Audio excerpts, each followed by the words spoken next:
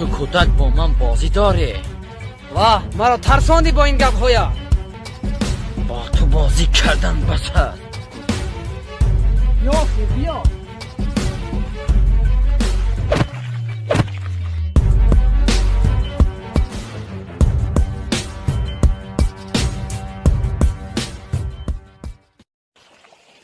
ابله با تو نشو. مرا تو از کرچه ترساندنی ابله. حالا ترسیدن را میبینی.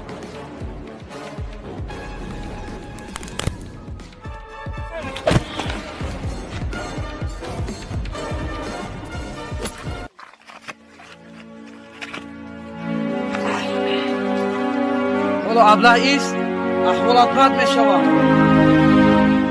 کار تو تمام شد.